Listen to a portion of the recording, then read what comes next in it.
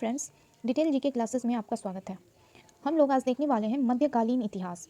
मध्यकालीन इतिहास में हम लोग तुगलक वंश जो कि 1320 से 1414 ईस्वी तक चला था, जिसका शासनकाल, उसके टॉप क्वेश्चंस जो एनसीईआरटी पे आधारित हैं उसको हम लोग आज देखने वाले हैं। इससे पहले हम लोगों ने तुगलक वंश का डिटेल वीडियो जो कि किरण वन लाइनर अप्रोच बुक से हम लोगों ने कवर कर लिया है, तो अभी हम लोग उसके कुछ इंपॉर्टेंट क्वेश्चंस देखेंगे। तो आइए शुरू करते हैं। हमारा पहला क्वेश्चन है, 1320 ईस्वी में तुगलक वंश की स्थापना किसके द्वारा की गई? 1320 ईस्वी में तुगलक वंश की स्थापना हुई थी और किसके द्वारा की गई 1320 में तुगलक वंश की स्थापना? तो हमारा आंसर होगा गयासुद्दीन मोहम्मद तुगलक के द्वारा। गयासुद्दीन मोहम्मद तुगलक के द्वारा, जिसका अन्य नाम क्या था? गाजी मलिक, जिसे गाजी मलिक के नाम से भी जाना जाता था। गयासुद्दीन मोहम्मद तुगलक।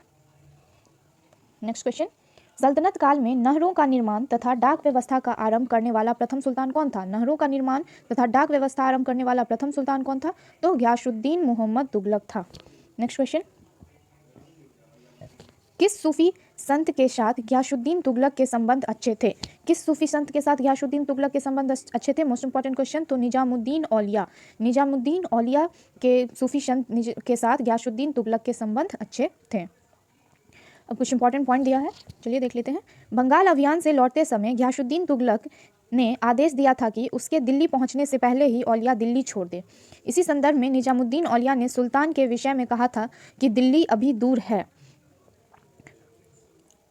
तो गयासुद्दीन तुगलक ने आदेश दिया था कि उसके दिल्ली पहुंचने से पहले औलिया दिल्ली छोड़ दे, और इसी संदर्भ में निजामुद्दीन औलिया ने गयासुद्दीन तुगलक के बारे में क्या कहा था? कि दिल्ली अभी बहुत दूर है। नेक्स्ट क्वेश्चन, दिल्ली सल्तनत का सर्वाधिक विद्वान सुल्तान कौन था? दिल्ली सल्तनत का सर्वाधिक विद्वान सुल्तान वो कौन था? तो मोहम्मद बिन तुगलक था। दिल्ली सल्तनत का सर्वाधिक विद्वान सुल्तान मोहम्मद बिन तुगलक था। आइए अब कुछ मोहम्मद बिन तुगलक के कुछ प्रमुख कार्य देख लेते हैं। जो मोहम्मद बिन तुगलक के कुछ प्रमुख कार्य, एक तरफ हम लोग देखेंगे उसका योजना और उस योजना की विशेषता। पहला, राजधानी परिवर्तन। पहला उसका कार्य क्या था? राजधानी परिवर्तन। 1326 से 27 ईस्वी में। ईस्वी याद रखना आप लोग को उतना इंपॉर्टेंट नहीं है। तो राजधानी परिवर्तन। अब उसके विशेषता में देख लेते हैं। तुगलक ने देवगिरी का नाम दौलताबाद रखकर उसे सल्तनत की राजधानी बनाया। किसने देवगिरी का नाम दौलताबाद रखकर उसे सल्तनत की राजधानी बनाया? तो मोहम्मद बिन तुगलक ने। यह योजना असफल रही।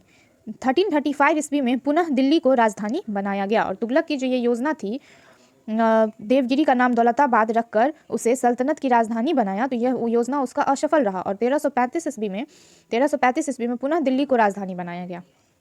सेकेंड उसका कार्य था दोआब में कर वृद्धि। इसकी विशेषता देख लेते हैं। यह योजना भी असफल रही। यह योजना भी मोहम्मद बिन तुगलक की असफल रही, क्योंकि 1327-28 ईस्वी में उस समय वहां अकाल पड़ जाने के कारण जनता कर नहीं दे सके, इसीलिए मोहम्मद बिन तुगलक की यह योजना भी असफल रही, दोआब में कर वृद्धि वाली। थर्ड पॉइंट है सांकेतिक मुद्रा का प्रचलन। 1330 ईस्वी में मोहम्मद बिन तुगलक ने सांकेतिक मुद्रा का प्रचलन किया। इसके बारे में देखते हैं। चांदी की कमी का सामना करने के लिए सांकेतिक मुद्रा का प्रचलन किया गया, किंतु नियंत्रण के अभाव में यह योजना भी असफल रही। मोहम्मद बिन जो तुगलक था, वह दिल्ली सल्तनत का सर्वाधिक विद्वान शासक तो था, लेकिन इसने जितने भी कार्य किए वो सब असफल ही रहे ज्यादातर। चौथा है खुरासान का अभियान। खुरासान का अभियान 1336 से 37 ईस्वी में हुआ। खुरासान पर विजय प्राप्त करने के लिए तुगलक ने 3,70,000 सैनिकों का गठन करके उन्हें 1 वर्ष का अग्रिम वेतन प्रदान किया। यही है खुरासान का अभियान। नेक्स्ट पॉइंट, कराचिल अभियान 1337 से 38 ईस्वी। इसके इंपॉर्टेंट पॉइंट है कि तुगलक ने खुसरो मलिक के नेतृत्व में 1,00,000 सैनिकों को भेजा, किंतु मौसमी दशा खराब होने के कारण यह योजना भी असफल रही। तो इस तरह मोहम्मद बिन तुगलक की सारी योजनाएं असफल ही रही थी। नेक्स्ट क्वेश्चन, कृषि के विकास हेतु अमीरे कोही नामक नया विभाग किस सुल्तान द्वारा प्रारंभ किया गया? मोस्ट इंपॉर्टेंट क्वेश्चन है कि अमीरे कोही, सबसे पहले तो पूछेगा कि अमीरे कोही क्या था? तो अमीरे कोही एक कृषि विभाग था। क्या था अमीरे कोही? एक कृषि विभाग था, जो कि कृषि के विकास के लिए मोहम्मद बिन तुगलक ने इसका प्रारंभ करवाया था। नेक्स्ट क्वेश्चन, भारत में सर्वप्रथम सांकेतिक मुद्रा का प्रचलन किसके शासनकाल में हुआ? तो मोहम्मद बिन तुगलक के शासनकाल में सांकेतिक मुद्रा का प्रचलन हुआ। नेक्स्ट क्वेश्चन, मोरक्को निवासी इब्न बतूता, मोरक्को निवासी मोस्ट इंपॉर्टेंट, मोरक्को निवासी इब्न बतूता किसके शासनकाल में किसके शासनकाल में भारत आया था? तो मोरक्को निवासी इब्न बतूता मोहम्मद बिन तुगलक के शासनकाल में भारत आया था। और ईस्वी भी आपको इंपॉर्टेंट रखना बहुत जरूरी है। 1333 ईस्वी में, 1333 ईस्वी में मोहम्मद बिन तुगलक के शासनकाल में मोरक्को निवासी इब्न बतूता आया था।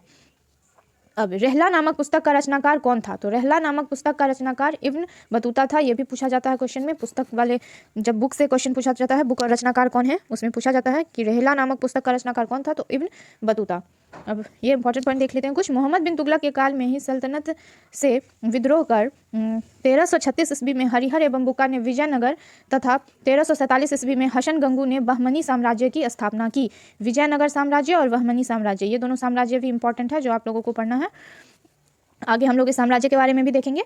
तो मोहम्मद बिन तुगलक के काल में ही सल्तनत से विद्रोह कर 1336 ईस्वी में हरिहर और बुक्का ने और 1347 ईस्वी में हसन गंगू ने बहमनी साम्राज्य की स्थापना की। पूछा जाता है विजयनगर साम्राज्य की स्थापना किसने की? तो आंसर होगा हरिहर एवं बुक्का ने। और बहमनी साम्राज्य की स्थापना तो हसन गंगू। नेक्स्ट क्वेश्चन, होली के त्यौहार में सार्वजनिक उत्सव होली के त्यौहार के सार्वजनिक उत्सव में भाग लेने वाला दिल्ली का प्रथम सुल्तान कौन था? तो मोहम्मद बिन तुगलक था।